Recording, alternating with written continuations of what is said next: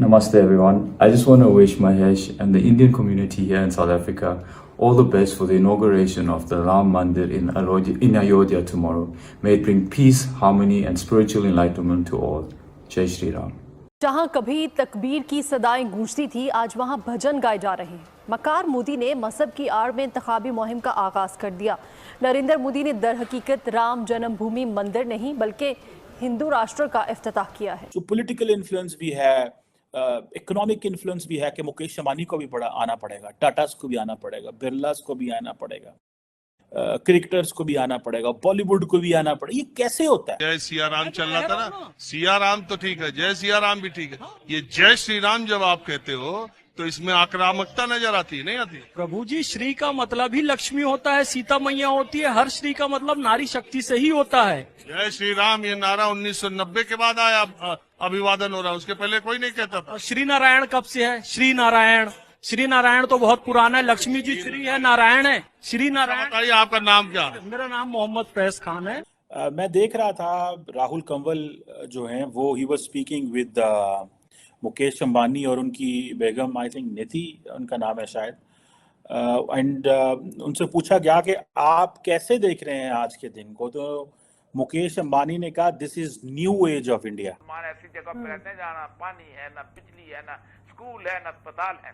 आप इंडिया के शहरों में जाएं, आप आंखें बंद कर दें, गाड़ी का दरवाजा खोल दें, जहां से बदबू आना शुरू हो जाए समझो मुसलमानों का इलाका शुरू हो गया है। बॉलीवुड भी नरेंद्र मोदी की बर्थडे आती है तो सारे का सारा बॉलीवुड खड़ा हो जाता है। जनाब शाहरुख खान, सलमान खान, फलाना खान, ये वो सारे के सारे, ठीक है जी। कंगना रनौत भी वहां पे आई हुई है, अनुपम खेर, ये सारे के सारे लोग खड़े हो जाते हैं। सनी देओल, अक्षय कुमार, वो तो मोदी साहब के वैसे ही बड़े दोस्त हैं, उन्होंने पिछले इंटरव्यू भी किया था मोदी साहब का। आगे बढ़ते हैं, आपको बताते हैं वजीर मजहबी अमूर अनीक अहमद ने कहा है कि बाबरी मस्जिद के मलबे पर मंदिर बनाने की जितनी मजम्मत की जाए वो कम है।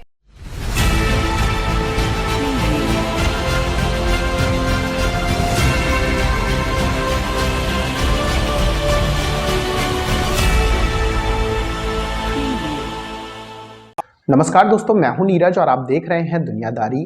दोस्तों, अयोध्या में श्री राम की प्राण प्रतिष्ठा होने के बाद पूरी दुनिया भर में इसकी धूम दिखाई दे रही है। बताते चले कि इंडिया के तमाम सेलिब्रिटी इसमें मौजूद थे। इसके साथ साथ हम आपको यही बताते चले कि south African cricketer Keshav Maharaj ने भी प्राण प्रतिष्ठा की जमकर बधाई दी है। जहां पर एक तरफ भारत में पूरी तरह से जश्न का माहौल है, तो वहीं दूसरी तरफ पाकिस्तानी मीडिया में एक बार फिर से रोना शुरू हो गया है। पाकिस्तानी मीडिया ने कहा कि इंडियन गवर्नमेंट के इस कदम से इंडिया में सेक्युलरिज्म खतरे पर पड़ गया है। अब पाकिस्तानी मीडिया को कौन बताए कि उन्हें अपने यहाँ का देखना चाहिए, ना कि इंडिया का।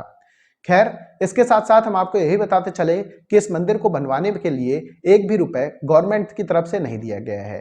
सिंगल 1 रुपए मोदी गवर्नमेंट ने दान किया था, बाकी इसमें जो भी पैसा लगा है वो श्रद्धालुओं ने अपने दान से दिया है। इसके साथ साथ हम आपको यही बताते चले कि अयोध्या में जो राम मंदिर बन रहा है उससे काफी ज्यादा इकोनॉमिकल फायदा भी होने वाला है। कुल मिलाकर 500 सालों से जो लड़ाई चल रही थी, आखिरकार उसे हमने जीत लिया है। तो दोस्तों, आइए चलते हैं और देखते हैं कि पाकिस्तानी मीडिया ने अयोध्या राम मंदिर को लेकर क्या कहा है। को पता चलेगा तमाम सेगमेंट्स ऑफ द सोसाइटी वहां पे पहुंचे हुए हैं।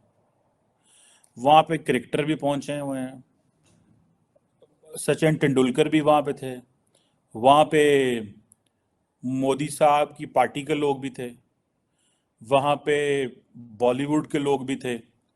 और वो मैंने देखा कि जब उसके बाद क्या नाम है इनका, अमिताभ बच्चन साहब भी वहां पे थे। सो प्राइम मिनिस्टर मोदी और उनकी पार्टी ने एक बहुत ज्यादा कंट्रोल जो है वो एक उनका कंट्रोल है सिस्टम के ऊपर। मेरी तो ये है कि prime minister Modi is so popular कि अगर आप उनकी साइड में हैं तो it means you are on a right side.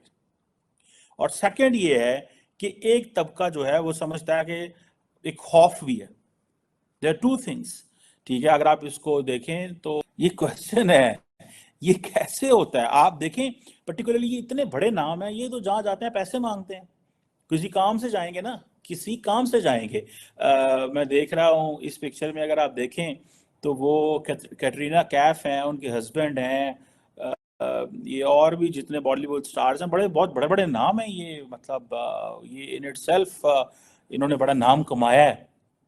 और it means everybody is supporting Prime Minister Modi. तो मॉडर्न टेक्निक्स और आर्किटेक्चर है उसको इस्तेमाल किया गया है. No doubts that based on the current state of the art knowledge the Ram mandir is surely survive more than 1000 years. ये है उसका वो की पॉइंट जो मैं आपके सामने रखना चाहती थी.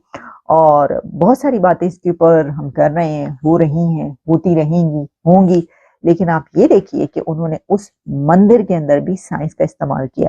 ऐसा नजर आता है कि इंडिया अब एक ऐसा कंट्री इस वक्त कि जहां उनके आप वैसे तो उनके मजहब को रिलीजन नहीं बोला जाता, फिलॉसफी कहा जाता है, जो हिंदुइज्म है. कहते हैं ये रिलीजन नहीं है, फिलॉसफी है. तो वो उसको भी साथ लेकर चल रहे हैं.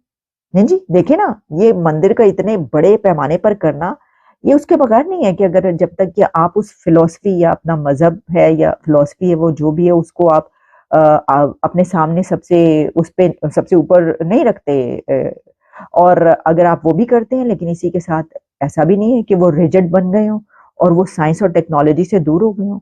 उसको आप देख रहे हैं कि उसके अंदर उन्होंने साइंस और टेक्नोलॉजी का इस्तेमाल करके दुनिया को हैरान कर दिया. तो दोस्तों, जैसे कि वीडियो में आपने देखा कि एक बार फिर से पाकिस्तानी मीडिया का रोना शुरू हो गया है. पाकिस्तानी मीडिया ने कहा कि हमें इंडिया के अगेंस्ट बाहरी देशों से दबाव बनाना चाहिए. हालांकि ये बात उसको ही पता है कि दुनिया का कोई भी देश भारत के इंटरनल मैटर में पड़ने को नहीं सोचेगा. इसके साथ साथ हम आपको यही बताते चले कि इंडिया के तमाम सेलिब्रिटी इस इवेंट में आए हुए थे. चाहे बात करें सचिन तेंदुलकर की, या फिर बात करें अमिताभ बच्चन की, चिरंजीवी की, या फिर बात करें रजनीकांत की. इसके साथ साथ पाकिस्तानी मीडिया ने यह भी कहा कि भारत में मुसलमानों के साथ गलत हो रहा है. हालांकि उन्हें यह नहीं पता कि दुनिया की सबसे ज्यादा मस्जिदें भी इंडिया में ही हैं.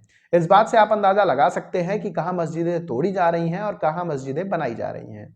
बात करें पाकिस्तान की, तो पाकिस्तान में कोई भी माइनॉरिटी सेफ नहीं है. पाकिस्तान में जितनी भी माइनॉरिटी रहती हैं उन्हें ऐसा लगता है कि कभी भी उनके साथ कुछ भी गलत हो सकता है. ये हम नहीं कह रहे हैं, बल्कि पाकिस्तान से आती जाती रिपोर्ट बताती हैं कि पाकिस्तान में माइनॉरिटी बिल्कुल भी सेफ नहीं है. वहीं दूसरी तरफ इंडिया में हर माइनॉरिटी को राइट मिलते हैं. यही रीजन है कि इंडिया में माइनॉरिटी कभी भी खुद को अकेला फील नहीं करती है. इसके साथ साथ हम आपको यही बताते चले कि यह मुद्दा केवल एक जमीनी मुद्दा नहीं था.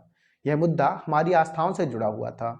यही रीजन है कि आज हमें इस पर जीत मिली है. मेरी तो पाकिस्तानी मीडिया को केवल एक ही सलाह है कि उन्हें अपने यहाँ देखना चाहिए कि उनके यहाँ माइनॉरिटीज के साथ क्या क्या होता है. कुछ दिनों पहले ही पाकिस्तान में एक चर्च तोड़ी गई थी. न केवल चर्च बल्कि मंदिर भी आए दिन टूटती रहती हैं. लेकिन पाकिस्तानी मीडिया को वह सब नहीं दिखता है. पाकिस्तानी मीडिया को केवल और केवल दिखता है बाबरी मस्जिद. खैर, अब बाबरी मस्जिद तो दिखेगा नहीं क्योंकि ऑलरेडी टूट गया है और उसमें अयोध्या राम मंदिर बन चुका है. कुल मिलाकर पाकिस्तानी मीडिया का जलना जायज है और जलने वालों को हम कुछ कर नहीं सकते हैं. जलने वालों की जलती रहेगी और हमें उससे कोई प्रॉब्लम नहीं है. तो दोस्तों, अभी के इस वीडियो में बस इतना ही. तमाम अपडेट्स के लिए आप बने रहिए दुनियादारी के साथ. सुनो, चैनल को सब्सक्राइब करो, उसके बाद घंटी बजा देना ताकि अगली वीडियो आपसे मिस ना हो पाए. Thank you.